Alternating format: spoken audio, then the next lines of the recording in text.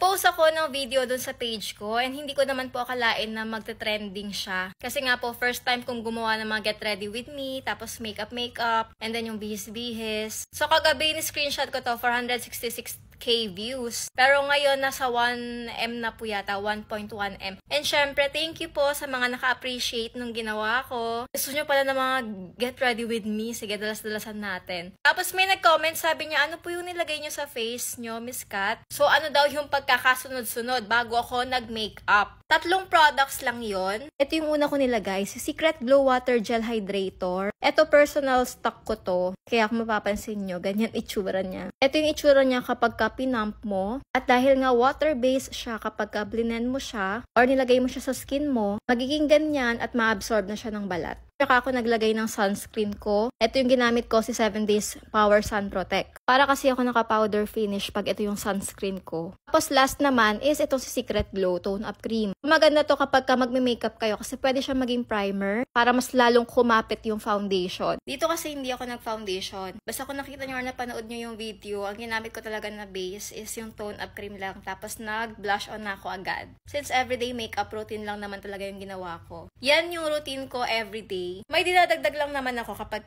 depende kung saan ako pupunta. Pero kapag nasa bahay lang naman ako, yung 3 products lang naman yung ginagamit ko.